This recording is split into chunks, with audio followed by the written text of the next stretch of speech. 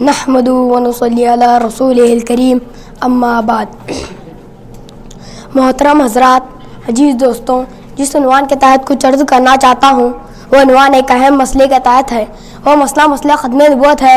یہ مسلمانوں کا ایک اجماعی و اتفاقی عقیدہ ہے کہ محمد عربی صلی اللہ علیہ وسلم خاتم النبیین والمرسلین، آپ کے بعد قیامت تک کوئی نبی پیدا نہیں ہو سکتا۔ ہاں، آپ کے بعد ولی پیدا ہو سکتا ہے، قطب پیدا ہو سکتا ہے، ابدال پیدا ہو سکتا ہے، مجدد پیدا ہو سکتا ہے، فقیہ پیدا ہو سکتا ہے، غوث پیدا ہو سکتا ہے، مفکر پیدا ہو سکتا ہے، مجتہد پیدا ہو سکتا ہے۔ آگے یوں کہیے کہ انسان سب کچھ ہو سکتا ہے مگر نبی نہیں ہو سکتا، کیونکہ ہمارے نبی آخری نبی ہیں اور نہ کوئی نبی پیدا ہو سکتا ہے۔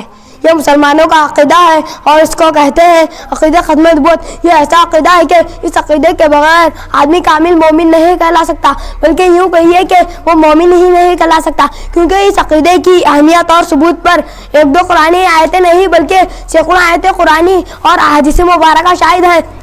اس لیے ہم دعویٰ ہی نہیں بلکہ پورے یقین کے ساتھ کہتے ہیں کہ عقیدہ ختم نبوت کے بغیر اسلام نامکمل، دین نامکمل، نماز نامکمل، روزہ نامکمل، حج نامکمل، تلاوت نامکمل، تہجد نامکمل، تسبیحات نامکمل، ذکر نامکمل، نوافل نامکمل، اعمال خیر نامکمل، اعمال صالح نامکمل ہے۔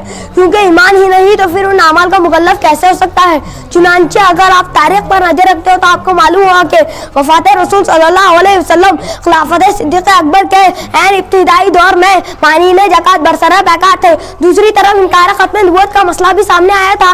نازک حالت میں صدیق اکبر کی نظر میں اگر اہمیت تھی تو تحفظ ختم نبوت کا مسئلہ تھا، کیونکہ ایمان ہی نہیں تو پھر ان اعمال کا مکلف کیسے، کیونکہ وہ جانتے تھے کہ اگر نبی کی نبوت، نبی کی رسالت ہی باقی نہ رہی تو پھر یہ سارے اعمال سب کے سب بیکار ہیں۔ اس تمہیدی گفتگو کے بعد عرض یہ کرنا ہے کہ اتنی اہمیت کے باوجود عقیدہ ختم نبوت کے منکرین اس دنیا میں پیدا ہوئے، کوئی خود اس کا دعویٰ کرنے والا ہوا اور اپنے آپ کو نبی اور رسول بتایا، اور کچھ ایسے لوگ پیدا ہوئے کہ وہ تو ہمت نہ کر سکے کہ دعوے ختم نبوت کر لوں، لیکن دوسروں کے لیے راستہ ہموار کیا، ہر ممکن جھوٹے نبی کا تعاون کیا۔ اس وقت میں صرف اپنے ملک ہندوستان کی بات کروں گا تاکہ آپ کے سامنے ان کا چہرہ بے نقاب ہو کر آ جائے جن لوگوں نے تقدس کے پردے میں ختم نبوت پر ڈاکہ زنی کی اور امت کے اتحاد کو پارا پارا کر دیا، اسلام اور شریعت مصطفیٰ کی شکلیں بگاڑ دی اور سلسلے نبوت جاری کرتے ہوئے ولیوں کو بھی نبوت کے مقام پر لاکھڑا کر دیا۔